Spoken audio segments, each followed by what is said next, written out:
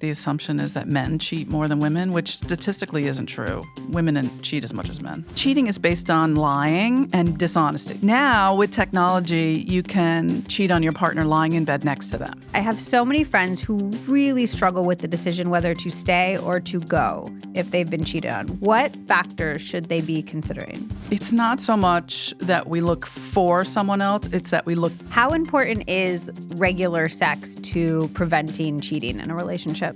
Forgiveness is never the goal of healing after an affair. Hello, friends, and welcome back to the Liz Moody Podcast. Today, we're talking about a topic that is shrouded in a lot of secrecy, a lot of shame, cheating. Whether this is something that you've dealt with or something that you want to do everything in your power to avoid in your relationship, this episode has fascinating insights into the hidden reasons why people cheat, how to strengthen your relationship to prevent cheating as much as you possibly can, because obviously a lot of that is out of our control, but we're going to tell you what parts you do have agency in, and we're going to get into what you can do next, whether you have cheated or you have been cheated on. Our guest today is Dr. Tammy Nelson, a board-certified sex and couples therapist and the author of 6 books, including Open Monogamy, Co-Creating Your Ideal Relationship Agreement.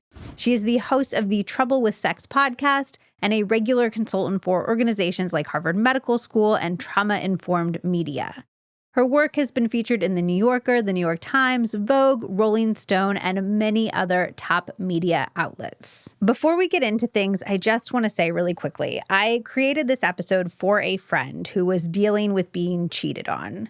It is so incredibly hard. And if this episode found you because you are in a similar situation, I just want you to know that I'm sending you an extra big hug. I'm sending you so much love. And I really, really hope that this conversation helps. Dr. Tammy, welcome to the podcast. Thank you. Thanks so much for having me. I'm so excited to have you here. Cheating, it's just such an interesting topic. Everybody thinks it's not going to impact them, but then research shows that, what do we have? We have 60% of men and 45% of women cheat. And since it's self-reported, those numbers might be actually far higher than that since people aren't likely to say like, oh yeah, I cheated. Why do you think there's such a discrepancy between how frequently cheating is occurring and how infrequently we think it's occurring? I think it's hard to get numbers for infidelity in any kind of research because cheating is based on lying and dishonesty. So people lie to the researchers, number one. Number two, we don't really know what cheating is anymore. Like it used to be so easy and clear-cut. Now with technology, you can cheat on your partner lying in bed next to them. You know, how do you define cheating, really? We don't say, I promise to love, honor you, and never send my picture to anyone on Instagram. And we don't say that putting a little heart next to someone's bathing suit picture is cheating. Like we really have to be much more explicit about what cheating means. So those numbers are sort of irrelevant because cheating really means that you and I disagree about our monogamy agreement, whatever that looks like. So you might think that masturbating is cheating. I might think, that's private. It has nothing to do with you. A lot of people disagree about like what pornography really means. And so those baseline implicit assumptions are where we can kind of get confused about what the numbers look like. Like, are we really cheating? And what does cheating really mean these days? And what does it look like to you? It might mean that I'm not really cheating, but you think I am. Do you think cheating is going up because it's so much easier to cheat these days? Oh, there's definitely more access. I mean, I could be cheating right now. You wouldn't know it. Like sort of ubiquitous in our technology, in our culture. And you can find people to cheat with all the time or to talk sexy to. Or, it used to be kind of hard. You had to like invite the postman in. Now the postman is everywhere. Okay, so we're going to get into what to do if you've been cheated on and kind of how to navigate that. But first, I want to start with how we can potentially skew the odds so that we're not cheated on or cheating in the first place. So what are the most common reasons for infidelity? It's not so much that we look for someone else, it's that we look to be someone else. So part of it is, what is the part of you that you feel like you can't be in this relationship? Like the more shame or guilt you have about something that you're into or a part of you, that you can express, the more likely you are to compartmentalize it, like split it off, disintegrate it, hide it.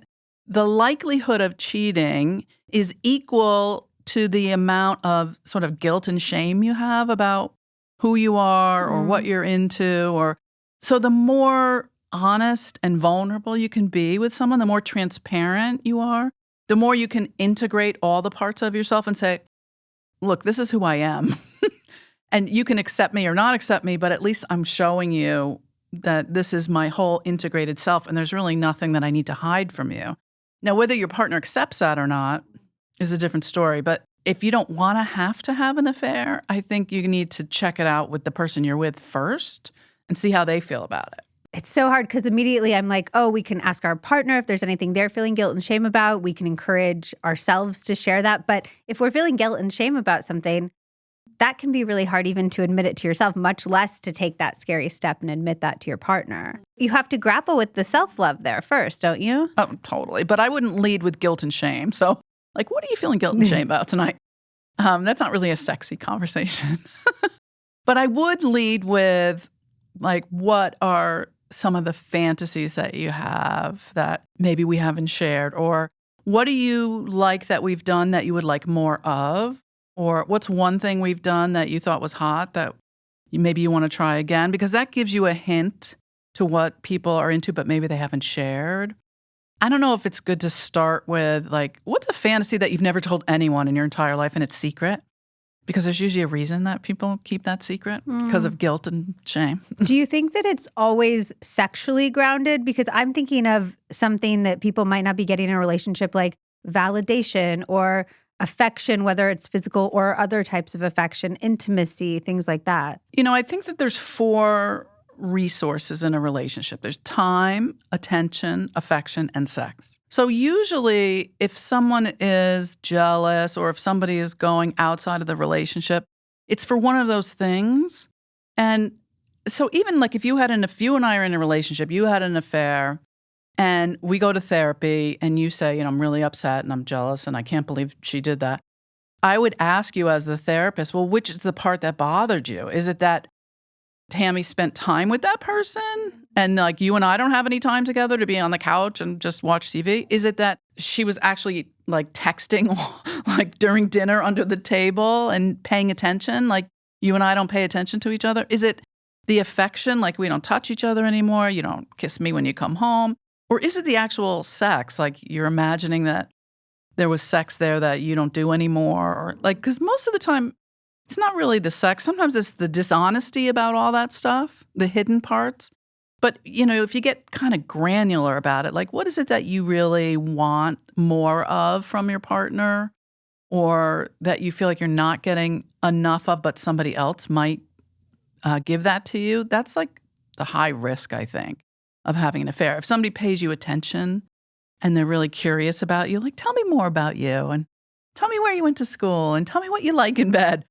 I mean, we pay a therapist to pay attention to us. Like, that's really valuable and makes us feel really good about ourselves.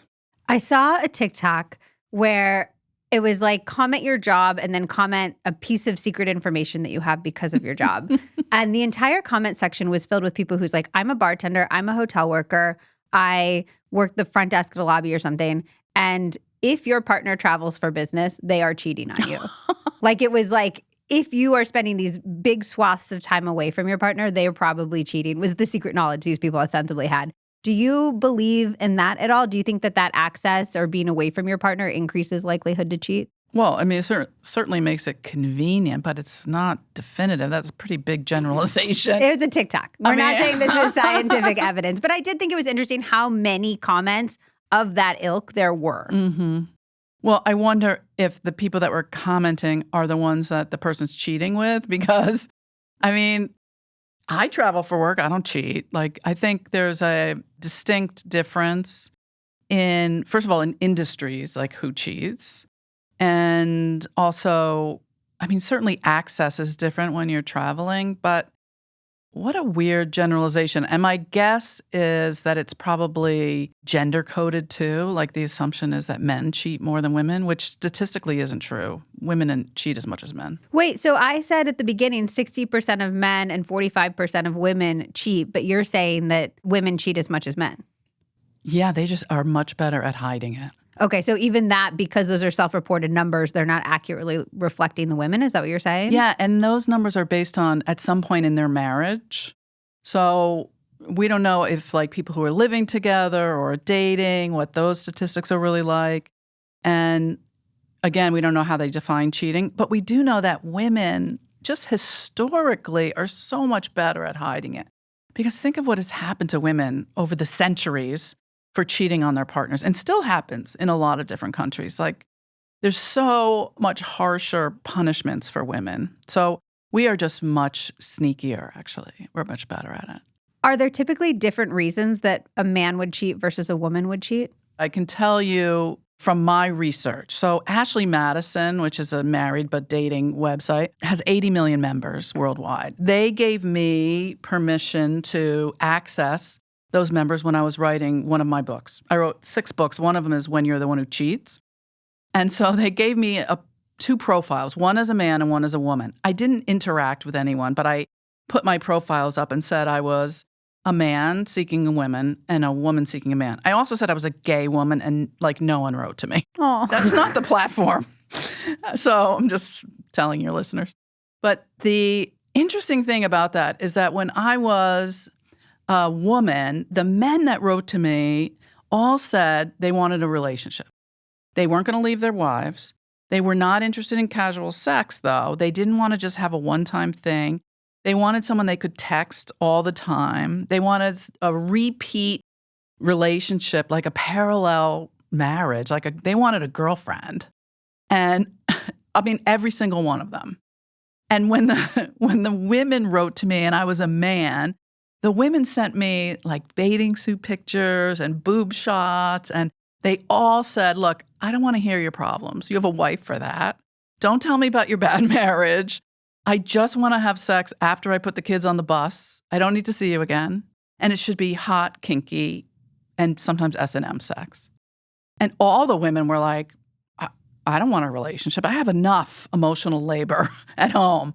I'm not interested in that. Now, that might be a select population that was a little bit older and maybe had young kids. It seemed to fall in that spectrum. But I'm sorry, this whole gender coding thing that men want to have an affair to have sex and women want an emotional relationship, it's not true. And I'm not the only one that found those results. Like, other people have studied that as well. Like, the research shows women want hot sex. And if men cheat, they actually want someone to like talk to. And actually, sex workers have said the same thing. A lot of sex workers say that men that hire them just want to talk. And it's not just to have sex, that they really want to stay up and bond with the woman.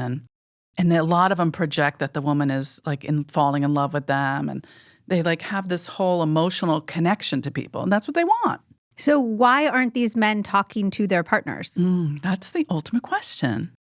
I don't know if it's that they're not talking to them. I have a couple theories, but I don't know if they're true. Okay. So I'll just throw them out because I'm not really sure. One is I think men are not really taught to have that emotional language to talk vulnerably about their feelings. So by the time they get to like middle age, they're sort of tired of that. They're like, okay, I've been working hard. I've been sort of the human doing, trying to do all the right things. And now I want to like feel my feelings.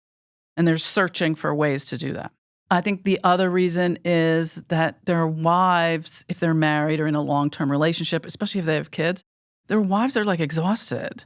And they're like, I don't really want to hear it. Like, I have to take care of the kids. I have to take care of the house. I have to take care of my job. I have to take care of sex. Like, I don't really care how you feel.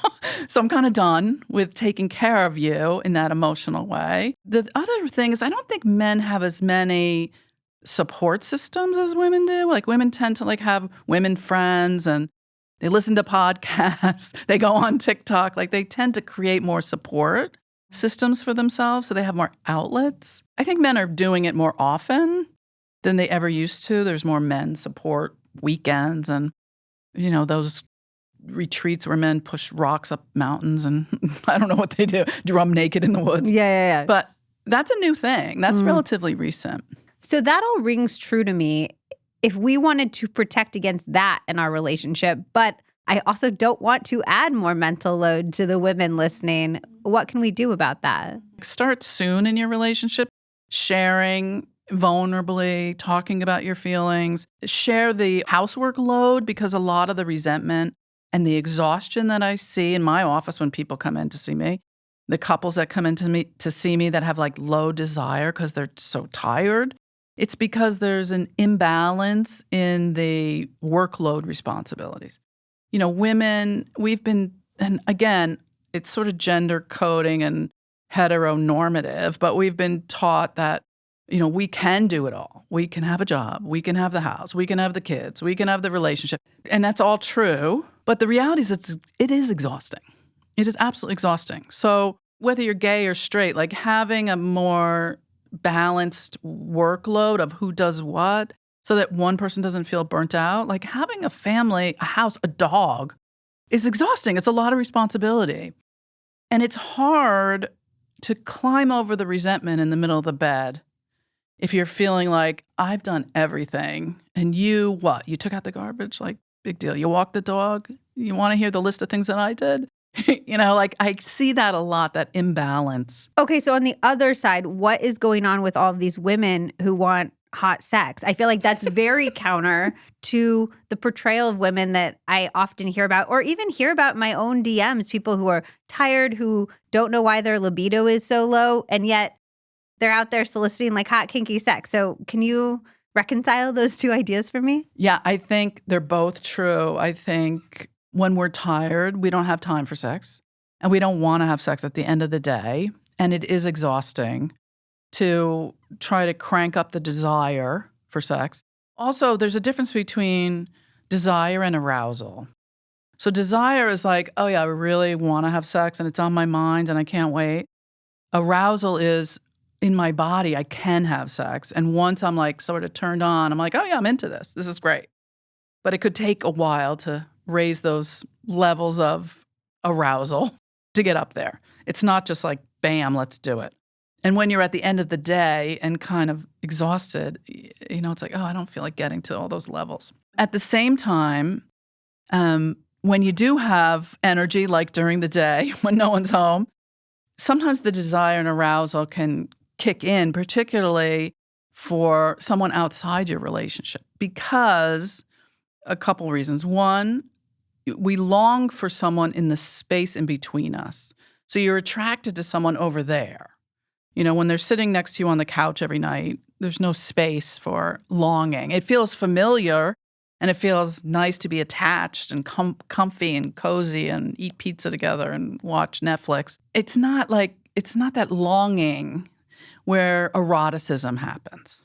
So the more familiar you are with your partner, the longer you're together, the safer you are, the more it feels like family. And you don't want to have sex with your family, right? So the more you feel like family, the less turned on and aroused and desirous you're going to feel. It doesn't mean you don't love them. It doesn't mean you don't want them. It doesn't mean you don't feel good once you are having sex. But crossing that boundary is harder, actually, the longer you're together. You would think the longer you're together, the more safe you are, and so the better the sex would be. It's actually harder because eroticism by its nature is illicit, it's forbidden, it's naughty. If I feel really safe with you and really attached, really like family, that's going to kind of kill that libido feeling. But an affair guy over there or an affair woman or somebody on the internet, I don't have them, I don't know them. So the attraction has a space there to sort of trigger that feeling of like, oh yeah, maybe I am still alive. Now, that doesn't mean that you can't bring back the erotic into your marriage, or else I wouldn't have a career. Like, it absolutely can happen, but there is a crossover part where you have to acknowledge that the other person has maybe fantasies that are separate than you. Like, they have a separate erotic self, sort of going back to what we were saying before. There may be things you're thinking about that are not about me. Okay, I have a lot of questions about that. But first I want to ask, does that mean there's like a lot of arguments in my friend group about whether you should like go to the bathroom in front of your partner or whether that's spoiling the romance? So do you think that those things are kind of spoiling the romance and making you feel like quote unquote family? Look, once you have a baby in front of someone, there's no mystery. So if you have kids or if you throw up in front of each other, if you hold someone's hair back when they're getting sick, like after a while, there is a certain amount of a decrease in the mystery, so to speak. And you kind of want that. Like there is a craving for attachment where the intimacy means like into me see, like you're going to know everything about me. And I want to know everything about you. I want to know all those secrets inside of you and all those places that are hidden from me, because then I'll feel like we're really attached to each other and really safe. But then after a while, I have no more curiosity about you. Like, oh, I know everything. She's totally not into that. And he would never do this. And she doesn't like that kind of sex. And he would not eat that kind of food. And so the curiosity gets shut off. And we roll our eyes and say, oh, I know everything about my partner. And it's nice, but it gets kind of boring.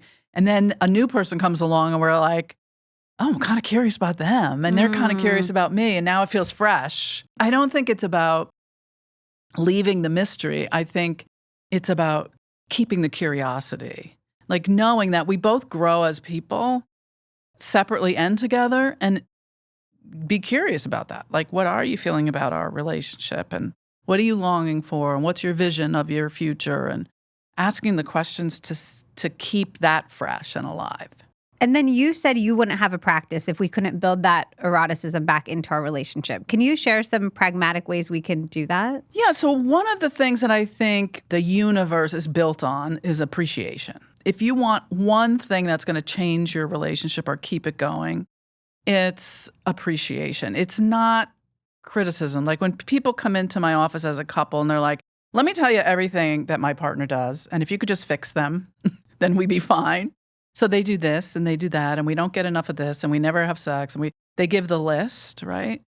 The more you criticize your partner, the more they're going to like fold, get defensive, get pissed off, blame you, turn it around. The way to sort of turn that around is to talk about the things that you appreciate that are working, because like I said, the law of the universe is you always get more of what you appreciate. So instead of saying, I hate it when you go to the left, I love it when you go to the right, your partner will continue to go to the right instead of saying, well, you used to like it when I went to the left. You used to love it. And why don't you like it? Like there is an absolute cost-benefit ratio or analysis or whatever to saying, I really appreciate when you talk about yourself when we argue. I really appreciate when you can identify the things that you think you can change in our relationship. That makes me feel like you're really listening to me. I really appreciate when you do the dishes at the end of the day because I'm so exhausted after work.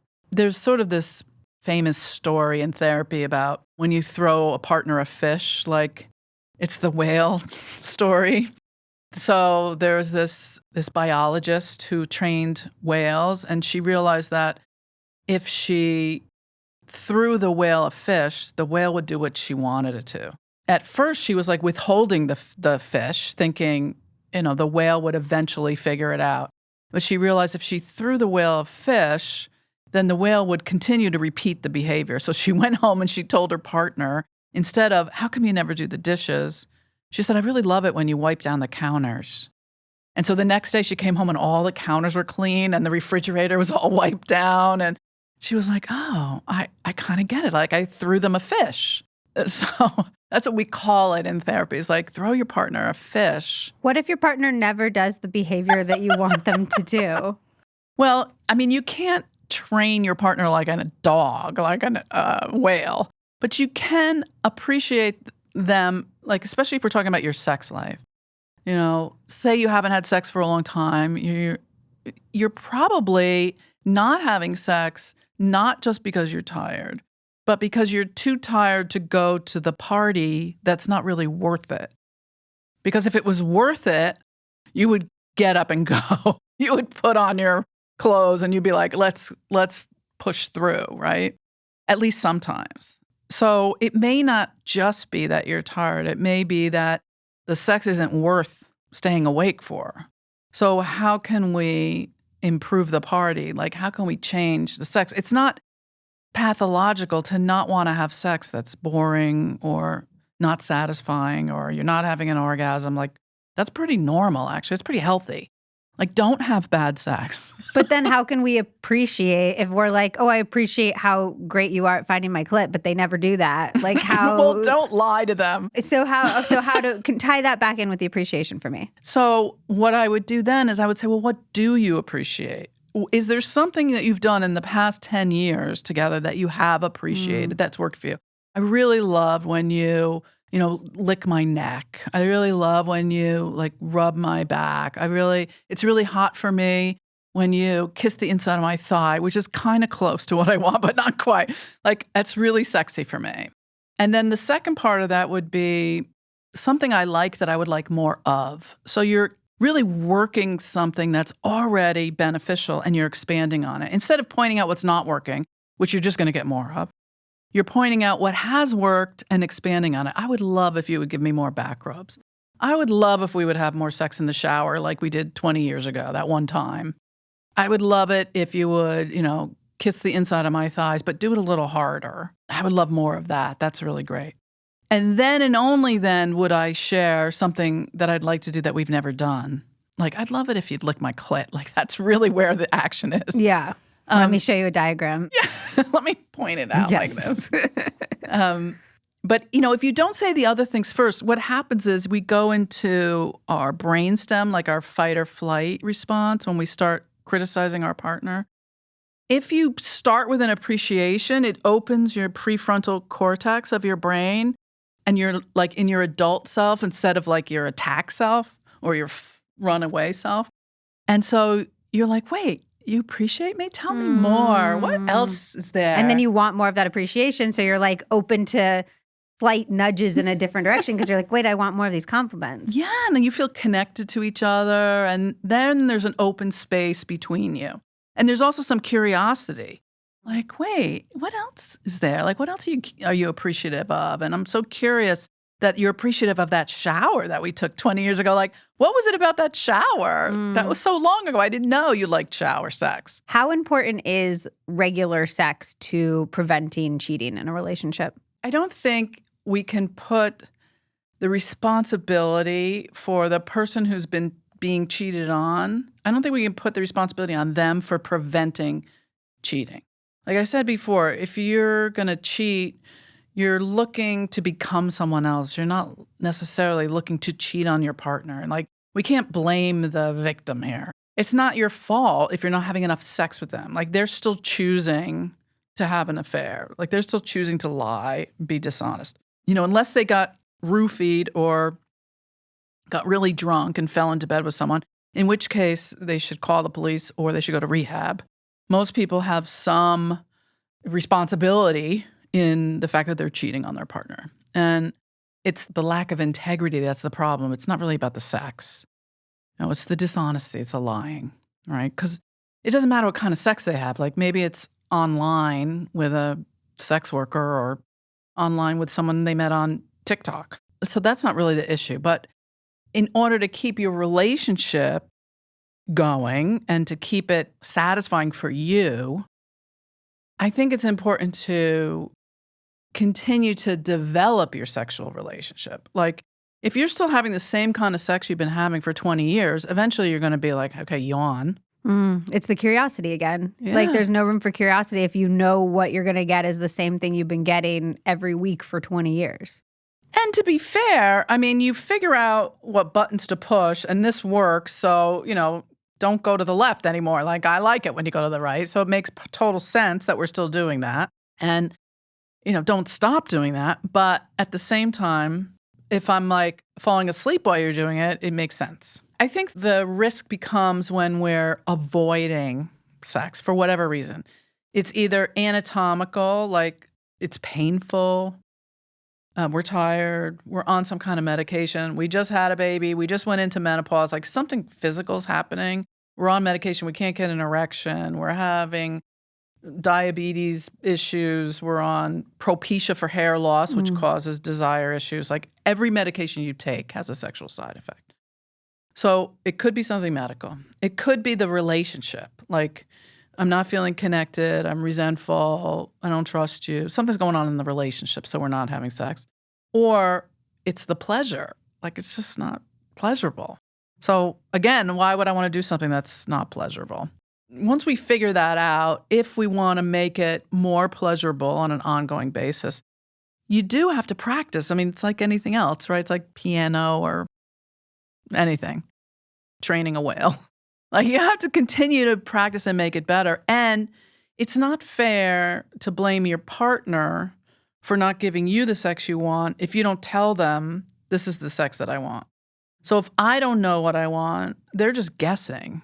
You know, if they get it right 50% of the time, it's just good for them.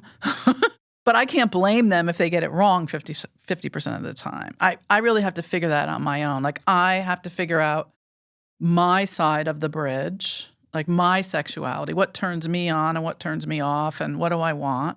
And you have to figure out your side of the bridge, your sexuality and what you like, what you want to try. And then we have to figure out how to meet on the middle of the bridge. Like, how do you talk about that? How do you connect? And I do think people should have a date like once a week that's just about their sexuality. It doesn't mean you have to have penis and vagina intercourse, but you should have something that says, everything else in the week is for my companionship, for the Netflix, for the couch, for the dog, for the pizza, whatever. And that one half an hour a week is for our erotic connection. Because otherwise we're just friends, we're just roommates.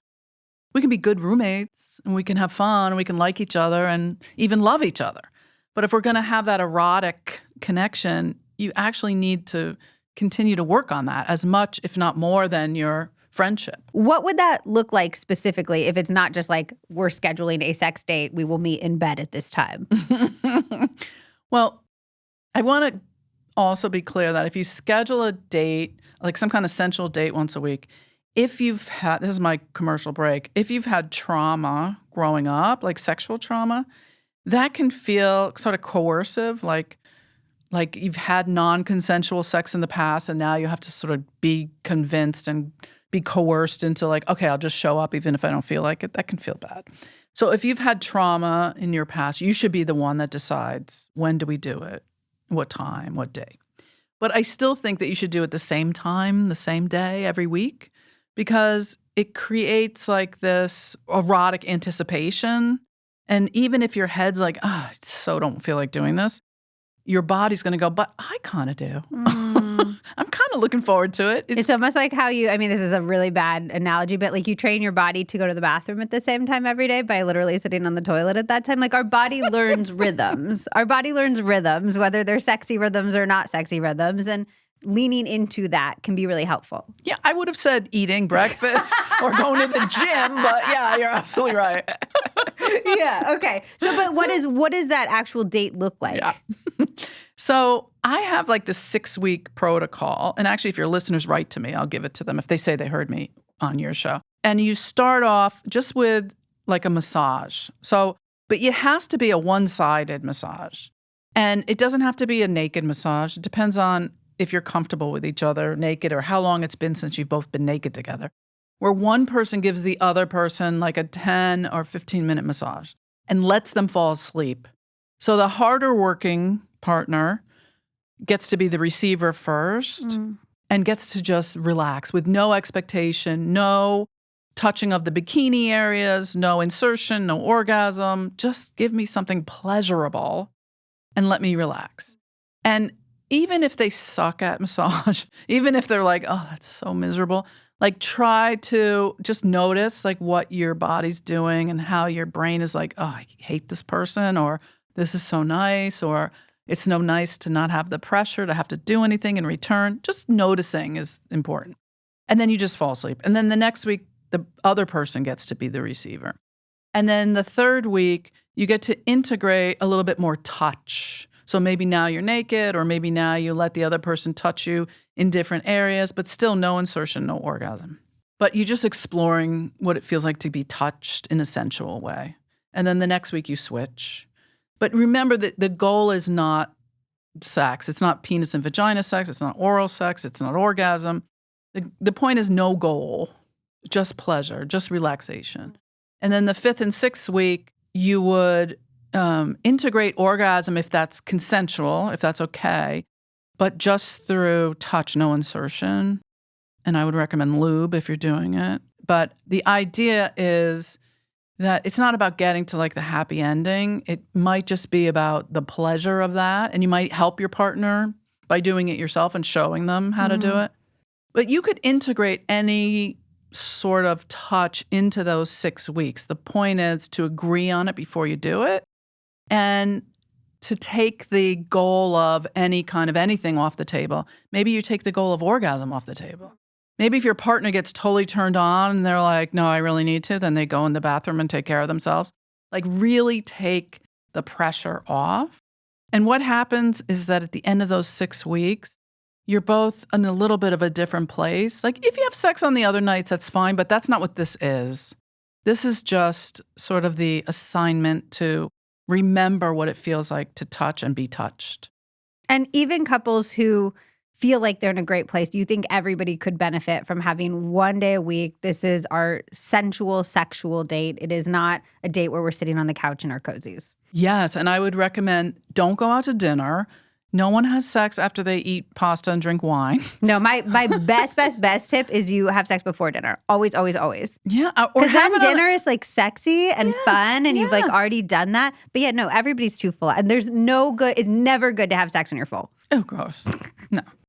And you could do it on a separate night, like especially if you have kids or you don't go out often, like have the out to dinner night or the out to the movies night and then have your sex night. Like have that be a different date night. You know, it's okay to separate them. I mean, if you do it on both, it's fine, but that's a bonus. If you want to have your sex date once a week, I would make it like really your erotic date night.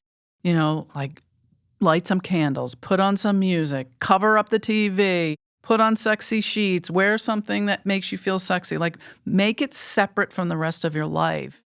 I mean, it almost sounds like therapy speak, like when they say, well, just take a bath. But the reality is you need to carve out that erotic side of your relationship. You need to put as much effort into the erotic in your relationship as you do in the companionship. Because it doesn't just happen by itself. It won't just fall into place. The longer you're together, it won't just be like, oh, someday I'll feel like doing this. You really won't. And actually, you'll feel like doing it less and less unless you actually carve it into your life. A lot of people say, well, it's not spontaneous. I think what they're saying is it's not impulsive. Like, I'm walking down the hallway, throwing my partner against the wall. Like, that's the only kind of sex we should be having. That's very adolescent, by the way. But it's also, if you plan your date night and you anticipate it, that's why people have affairs.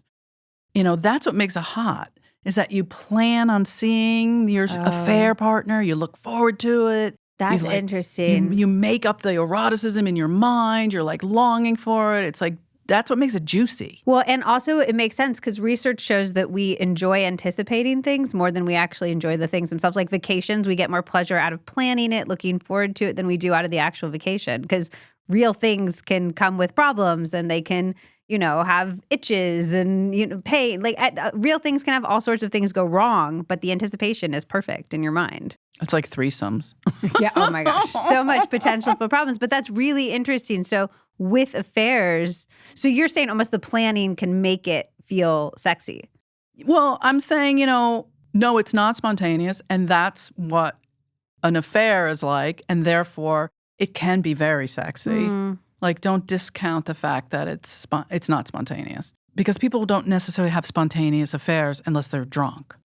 So, the intrigue of an affair is important to look at if your partner cheated and you're not willing to have planned dates. Like there's something to that. I'm not trying to blame the person who's been cheated. I'm just making a loose comparison. Wait, do you think if somebody cheats when they're drunk, it's more forgivable? I don't think it's ever forgivable. Okay. What do you think of when somebody cheats if they're drunk? How does that impact the cheating? Well, when I say I don't think it's ever forgivable, I think forgiveness is never the goal of healing after an affair. Forgiveness is a power struggle. Forgiveness is I say I'm sorry, which is basically skin deep after I've cheated. It means nothing. It's what I've seen on TV that I'm supposed to say. Now you owe me forgiveness, right? Because I said I'm sorry. What else do you want from me? Like, I said I'm sorry. So I cheated. I'm sorry. I was drunk. Yeah. I'm so sorry. But now it's in your hands. Now you have to give me forgiveness. You owe me forgiveness. And so what's the choice here? Like, well, you keep bringing it up, but I said I was sorry. And, you're mad at me still. I said I was sorry. So now it's not going to resolve until you give me forgiveness. And now what do you have? You're like, you got to have the affair. Now you get the forgiveness. I get nothing. And on the times when it feels like our relationship is out of balance, you're going to take back your forgiveness. You're going to say, today I don't forgive you because what else you have? So now forgiveness is just about power. It's not really the goal. Like, forgiveness is not a therapeutic goal. It's not in the DSM. It's not what we shoot for in therapy. We're not supposed to. Good therapists don't do that. But forgiveness will happen organically when there's empathy. Like if you say to your partner, God, you must have been really drunk. And I don't blame you for having sex with that person. They are hot. And, we haven't had sex for 6 months. And you were really mad at me. And you and I haven't talked about our relationship for a long time. And affairs can be wake up or break up moments. You must have really wanted my attention. Now, I wouldn't have done it that way.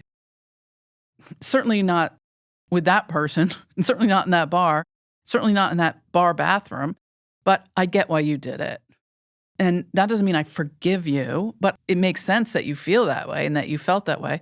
And now you would have to work on empathizing for how that felt for me. How do you think that felt for me, that all our friends were there and you were wasted? And like, can you at all think about how that felt for me? If you say, well, I'm sorry, you clearly don't know how it felt for me. So how much the drunkenness impacts it really matters for how much you can empathize with the drunkenness impacting that situation, essentially. I think the problem there is the drunkenness. Yeah. Not the affair. Like, I would be concerned that my partner was so drunk that they felt out of control enough to do something that they supposedly thought was outside of their morality or their integrity. Like what's going on with your drinking? What if we can't find that empathy? What if we're like, I have never been tempted by another person in this way. I can't believe this would be your reaction to this situation. I think everyone needs to sort of redefine their monogamy agreement over and over and over. What is a monogamy agreement for people who aren't familiar? It's like going back to how we first started. Like, what does it really mean to be in a relationship? What does it mean for you and I to be, quote unquote, monogamous or open or non-monogamous or polyamorous? Like, what is our relationship really going to look like? If you masturbate to pornography, is that cheating or is that private? You've been doing that since you were 12. Does that mean that you're going to keep doing it? Or does that mean when we get married, you're going to stop? Does that mean you're going to still go to strip clubs? Does that mean you're going to have sex with women because it's a woman and not a man and that's okay? What does it really mean to be in a commitment? And then to be really explicit about a lot of things that we implicitly assume. Like, it's not cheating if you do it with another woman. Like, it's not cheating if you go to a strip club, if you don't touch the person, if it's just online, if you're drunk. Or if you have a work wife or things like that. Exactly. If it's just emotional, if you just tell all your friends about our private sex life, what is actually cheating and what is monogamy? What does that really mean?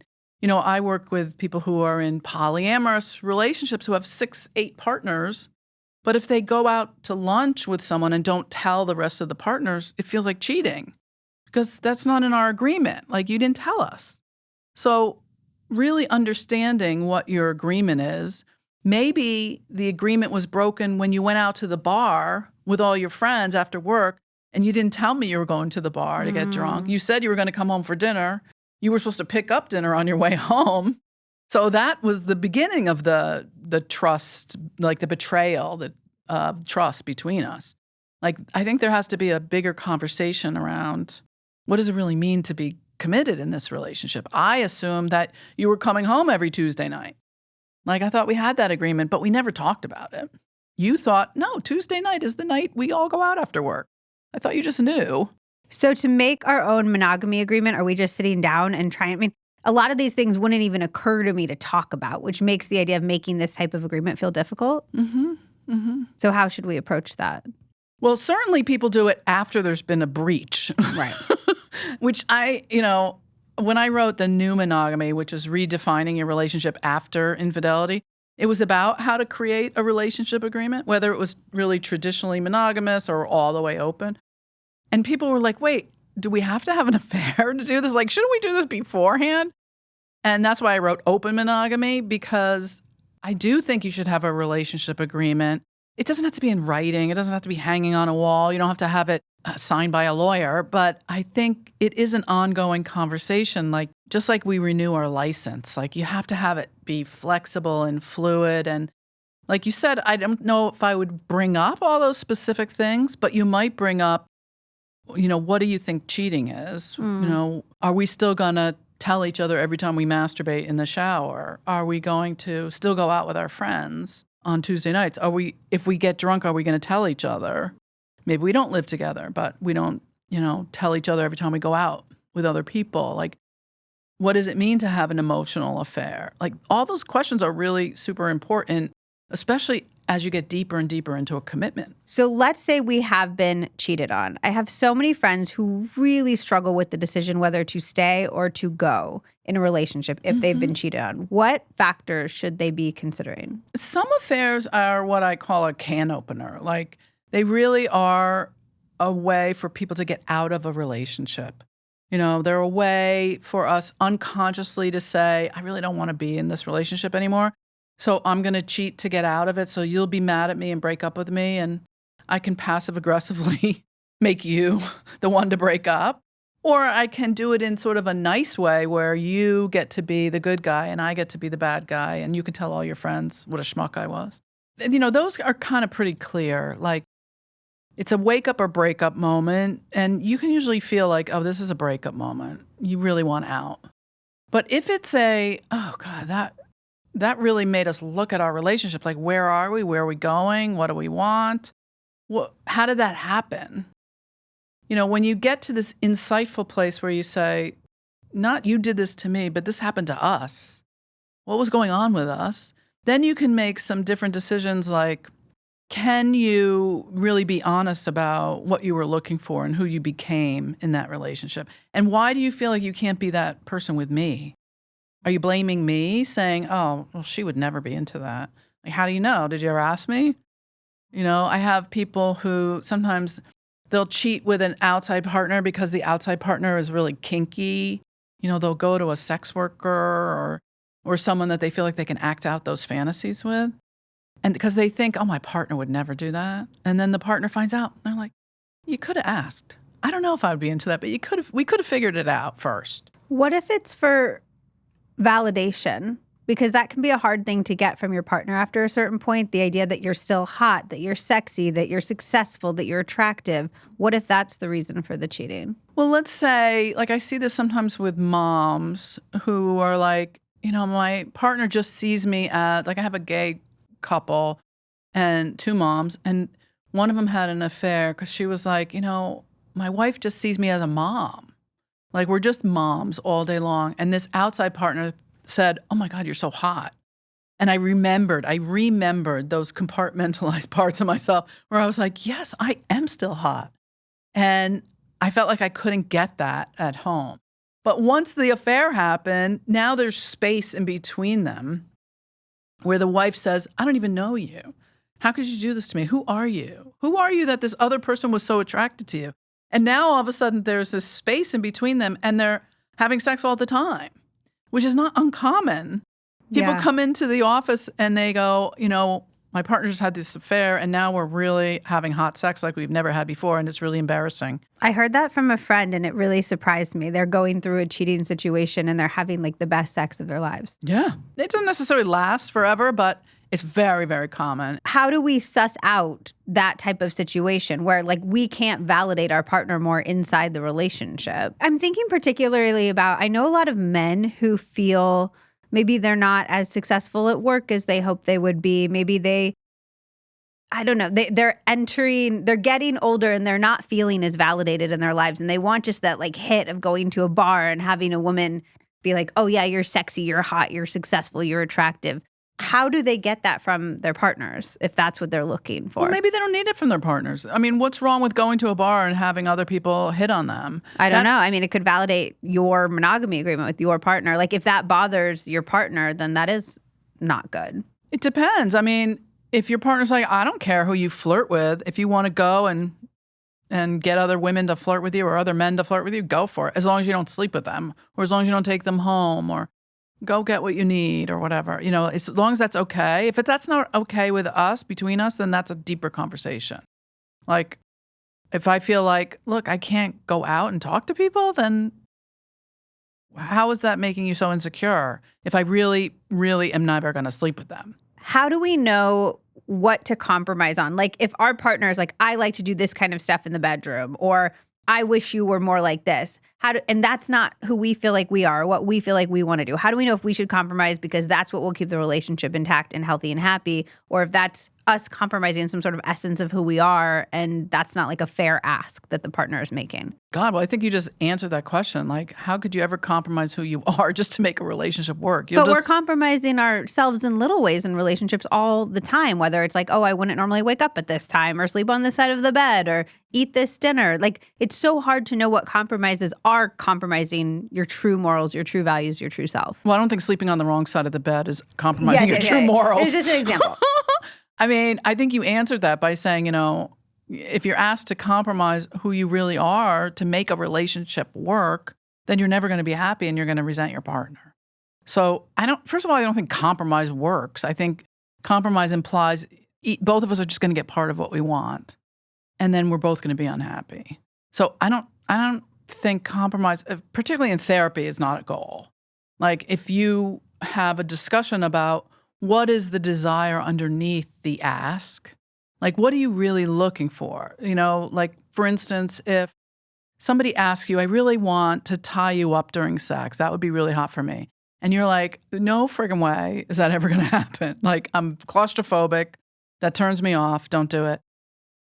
The other partner who has that desire, if they could dig deeper and say, well, what's hot for me about that, what turns me on about that is that I feel like I have no control in the rest of my life.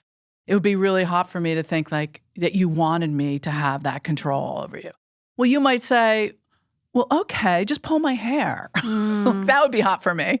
You know, like to understand the desire underneath until you can find a place of empathy. Like really find that connection, like, oh, that makes sense. Now I get why you want that. So it's not just that you want to control me and say, sleep on that side of the bed. It's that when you sleep on the other side of the bed, it hurts your back. Oh, I get that. I can work with that. So dig. If you don't understand it, dig deeper. If you don't understand it, it's because you haven't really understood the real reason underneath it. And they might not either. Like you might need to dig deeper together. I need to go to therapy and get some help. Yeah. Do you think love is enough? This is something I hear all the time is like, they hurt me. I see this, and this is wrong with the relationship, but I love them so much. Like the love is there. Is that enough? Love is a very complex thing. Like I can love my kids and want to stay with my partner. I can love my parents and want to stay close to living next to them. I can love my city and still want to move out. Like love is complicated, you know, like I think you can say, I think what you're asking is, I love my partner. It doesn't matter if they cheated on me. Like, should I stay with them anyway? I think it goes back to your question about, you know, sacrificing your own morality, sacrificing your own integrity. If you feel like by staying with this person, I'm going to lose myself, they're going to fall out of love with you anyway, because who they fell in love with is not you anymore. So, you know, if you don't care enough about yourself, then what's the point of trying to fake it to be with somebody? That's not love. You know, that's like codependency. For the person who did cheat, because you said sometimes this is like somebody trying to essentially blow up a relationship, are there questions that they can ask themselves to get clear on maybe if that was their motivation, even if they're not consciously aware of it? I think no one should make a decision in the crisis phase of an affair or recovery. Like after the disclosure or the discovery of an affair, it's a crisis. It really blows up everything and you're kind of like, It's like getting hit by a car. You're like, whoa, what the hell? Don't make any decisions about staying together or breaking up. Like, wait. Give it some time, because if you start saying divorce, breaking up, like it just ratchets up the emotion. There's 3 phases of recovery. There's the crisis, which is very impactful, but it's actually kind of short. And the middle phase is the insight, where you go, wait a minute, how the hell did we get here? Like, what do you mean you were drunk? What do you mean you were in the bar? What are you saying? Like, what are you saying? Like, you love me, but like, what do you mean you were at work with this woman till 12 o'clock at night? Like, you start to dig underneath and say, where were we? Like, what was going on with us? How come we didn't have sex for 6 years? Like, what was going on with us at the time? You start to dig into the insight into what was happening in the relationship. You start to look at things more realistically. And then and only then do you go into the third phase, which is the vision of like, what's going to happen now? So you're really going into first the narrative, like the story. Well, this is what they did to me. This is what happened. I can never live with her again. You know, this story that we have is usually filtered through our past experiences. Well, my mother cheated, my father cheated, I knew my uncle cheated, my best friend got cheated on. Once a cheater, always a cheater. Whatever that story is, that's our first crisis response. All that narrative filters to the top. And then we have to sort of let all that dust settle to figure out what we really feel and what we really want. That's why don't tell all your friends. Don't tell your mother. Don't tell your neighbors. Like, wait. Because everyone's going to have an opinion and everyone's going to make, decisions for you and tell you what to do. Like, wait a little bit. Where are you getting your emotional support from then during that time? You can still get emotional support without telling people the details of what happened. We're going through a really hard time in the relationship. I am really questioning whether I want to stay with this person. I am struggling with my life right now. We had a big problem that we're deciding whether or not to go to therapy. We really need to go to a therapist and get support. Like, there's a lot of places you can get support without saying, my partner is an asshole. Because people that love you are going to align with you. And then when you decide to stay together, they're going to be like, are you kidding? Let's say you decide to stay with your partner who has cheated. How do you get your friends, your family, the people who love you to move past this thing that you've done the work to move past? Well, first of all, don't tell them. But if they know. Nobody's in your relationship. So nobody knows the ins and outs of what's really going on between you. And most likely, statistically, a lot of them have gone through affairs or they've been cheated on or cheated. As much as they might have an opinion about it, they don't really have access to your emotional, intimate life. And so you just have to tell them, like, we've worked really hard. We've gone to therapy. We've worked it through. We've made a decision.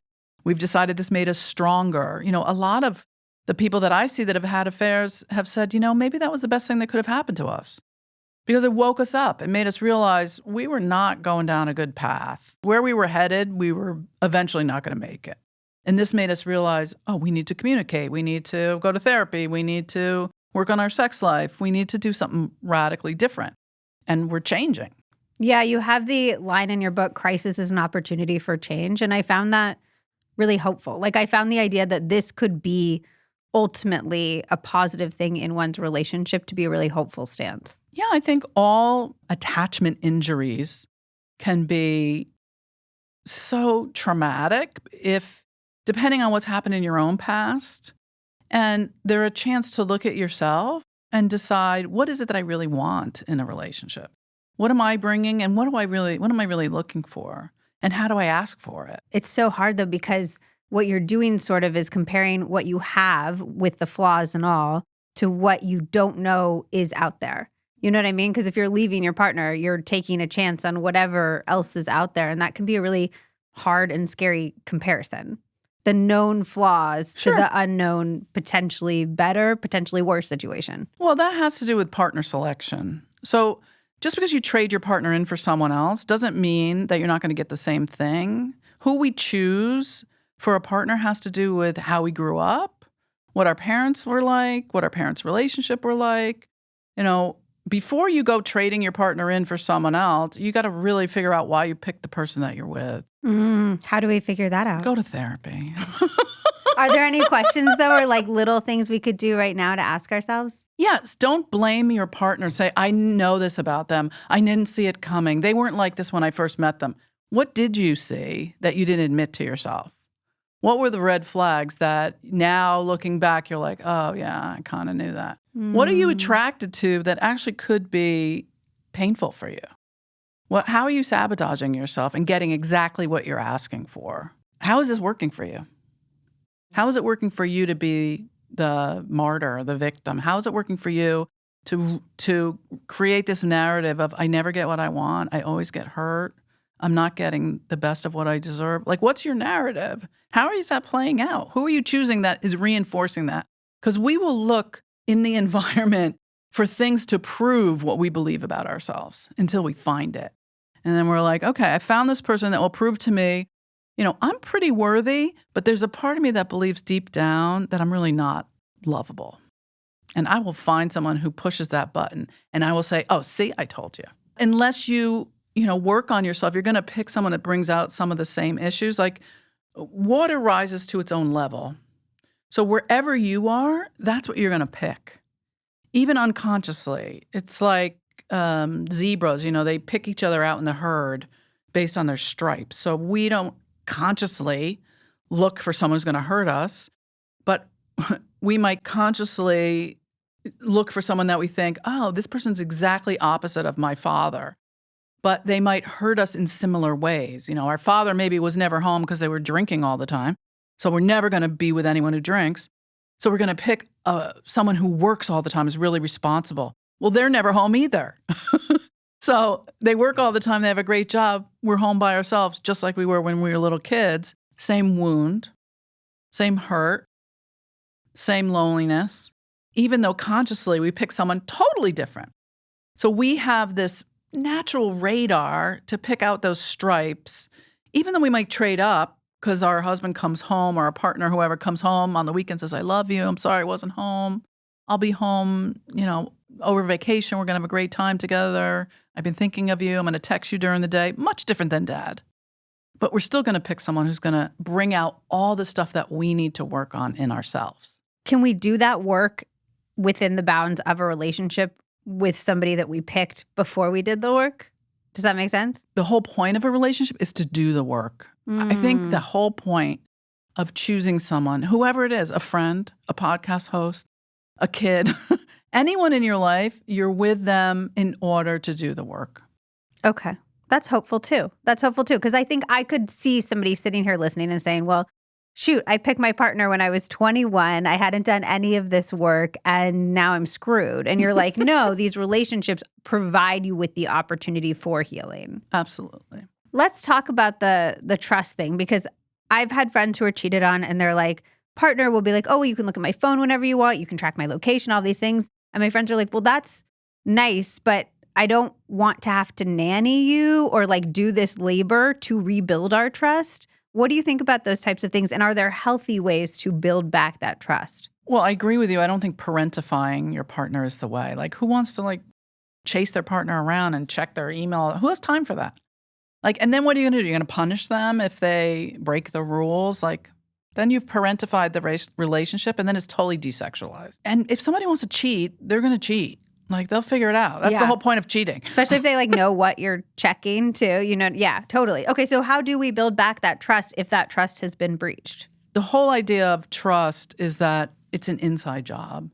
If you cheat on me, you can swear up and down you'll never do it again. You'll jump through all the hoops. You'll give me all your passwords. I can follow you around in my car. I can put a tracker on your car. But it's not so much about me learning to trust you, because frankly, I may never trust you totally again.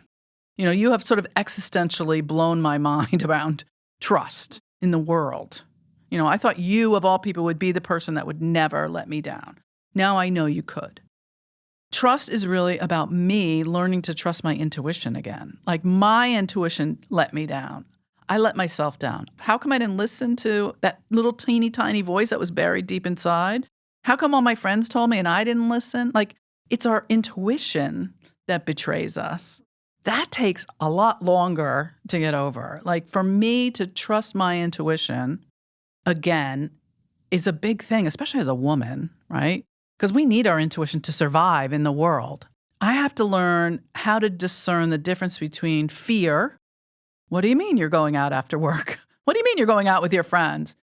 Versus my intuition, which says, oh, you can go out with your friends. You sound nervous telling me, which I understand. That makes sense because I am a little suspicious. But deep down, my intuition says, you're just going to go out with your friends. You're not going to cheat on me. And I actually believe you. This is the hardest part, I think, about being cheated on, is that I ask people on a scale of 1 to 10, how much did you know? Did you know that this was happening? Because a lot of times we do know, we just don't want to believe it. It's easier sometimes not to believe it at the time. So that can shift the blame from like, I'm a total victim, you did this to me, to, well, I kind of knew this was going to happen, but I didn't have time to deal with it. Or I didn't believe it. Like I didn't want to believe. Yeah, I didn't want to believe it. I didn't want to believe this about this person that loved me or cared about me or that I was in a new relationship with, or I didn't want to deal with it. You know, this is the work that you have to do on yourself around trust and also around a partner. To be able to share with your partner, you know, you have really screwed up my intuition. Now I have a lot of work to do on myself. And how can you work together to help each other with that? What do people normally rate it on a scale of 1 to 10? Like how high are people usually? People are much more aware than they at first will think. Like at first they're like, I have no idea. Like it was like a 2. I didn't know it all. And then once they give it some sort of honest look, they're like, well, maybe it was more like a 6 or a 7. Like I kind of knew, but I didn't want to deal with it. Like I was busy at work, the kids. I thought I would have to like really confront them. I didn't have the energy. I was too tired. Like there's so many reasons that we give ourselves for not trusting our intuition. And if you think somebody, and this is for all your listeners, if you think someone's cheating on you, it could be your anxiety. You could be wrong. But really go below that anxiety, go below the suspicion, and listen to that inner voice. It could be that you're not trusting yourself. And just because you confront your partner and they're like, no, I don't know what you're talking about, like really listen to your gut and trust it and be okay with whatever that discrepancy is. So building that sense of self-trust and that intuition is so important for being able to make the decision of whether you want to stay with this person, Totally. whether you're the cheater or you're the cheated on. Uh-huh. Because I really want to leave people with as pragmatic of action steps as possible, are there other questions we should be asking our partner or ourselves to make that decision? Yeah, I love that you turned it around, you know, if I'm the cheater, I need to also make the decision if I'm going to stay or go. Because it's not just if I've been cheated on, should I stay or go? Sometimes cheating is a sign that I'm looking to swing from branch to branch. Like I really want to know that I have other options out there before I leave. Sometimes people will cheat before they even know that they want to leave. And that's kind of the sign that wakes them up and says, wow, I really do want to explore other options. And I see that in women, gay and straight, more than I see that in men. Like it's almost like unconsciously we start to explore before our heads will confront the relationship problems. I don't recommend that. I think you should confront your relationship first. But if you find yourself doing that, then it's a good time to ask, like, what am I actually trying to accomplish here? Am I trying to end the relationship? Am I looking for another bridge to something else? And the other sort of practical question about your partner cheating has to do more with the communication about the cheating. If you feel more dissatisfied with the conversation around the affair than you do about the affair, then it probably is a sign that it's going to be hard to work on this. Like crisis is an opportunity for change, but both partners have to want to create that change. But that being said, yes, and know that your partner's going to communicate differently than you. One of the biggest blocks for people is when they want to know why. Why did you cheat on me? You know, tell me why it happened. That's an almost unanswerable question.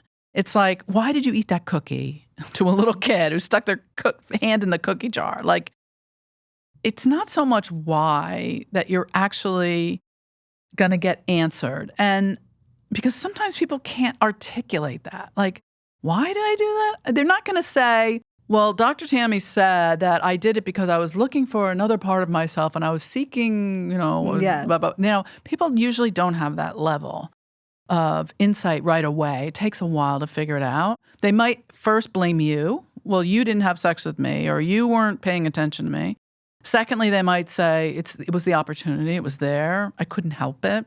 Usually the third level is when they start to dig a little bit deeper and go, well, let me really think about who I became when I was with that person. Sometimes it's like a second adolescence. Like I needed separation and individuation to be a sexual person. And so I'm breaking away from my family, but now you're my family. So I'm leaving you. And which brings us back to like, you need to have these erotic moments and like really create that eroticism in your relationship. Yeah, I think everybody should do that regardless of an affair or not. In your practice, are couples typically happier if they stay together and work on it, or if they use this as an opportunity of like, okay, we should separate? I don't know if there's a typical. I do know that people do stay together more often now than they used to. I think because people are tired of getting divorced. I think this generation has seen their parents get divorced and seen their parents cheat and lie, and they're like, you know what, I don't want to do that. And then people get married later than ever before too, so they wait longer to make that decision. If you're not married and you're just dating or living together, I think there's more likelihood that you'll end the relationship because you feel like you still have options. If you have kids, it's harder to break up. And so sometimes people work a little harder to make it work out. Just look, if there's alcohol involved, there's narcissism, if there's repetitive cheating, like there's some red hot points, red flags, whatever you want to call them, pain points that you really need to look at and take note of and really go to therapy about. Don't expect that you're just going to have a conversation over a glass of wine and figure it out on your own. We like to end with homework assignments. Oh, good. For anybody who's listening who's in the middle of this sort of cheating crisis, whether they've cheated or been cheated on, can you give one homework assignment, a question they can ask, something they can do pragmatically to begin to heal and move in the right direction? Mm-hmm. Yeah, I think you need to revisit your monogamy agreement. So, like I said, if you want to write to me, I can also send you 37 questions to ask each other about your monogamy agreement. It's time. This is the time.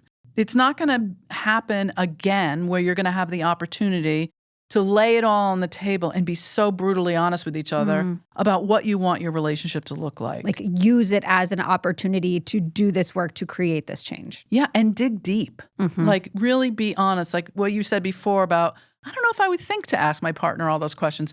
Now you might. Now's the time. Where can people write to you? They can write to me through my website, which is drtammynelson.com, drtammynelson.com, or tammy@drtammynelson.com. Amazing. And can you just take a second to shout out your books, your podcast, anything else that you want to spotlight? My podcast is The Trouble with Sex, and my books can all be found at Amazon or on my website. My recent one is Open Monogamy. There's also, if you're in an affair, going through an affair, try When You're the One Who Cheats or The New Monogamy.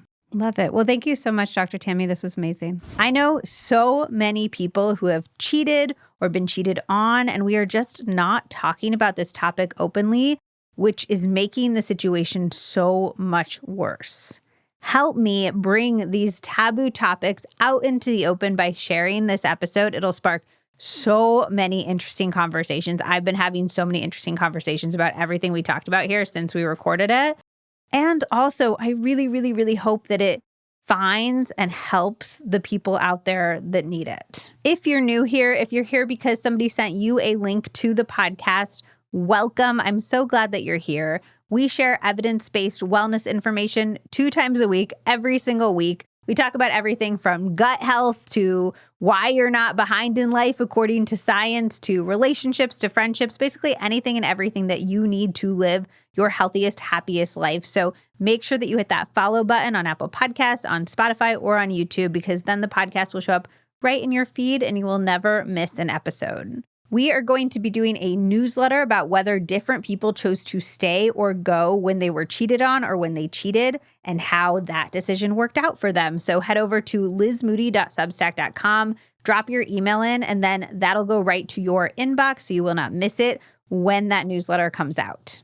We're able to bring you this show completely for free thanks to the amazing, amazing brands that we are so lucky to partner with.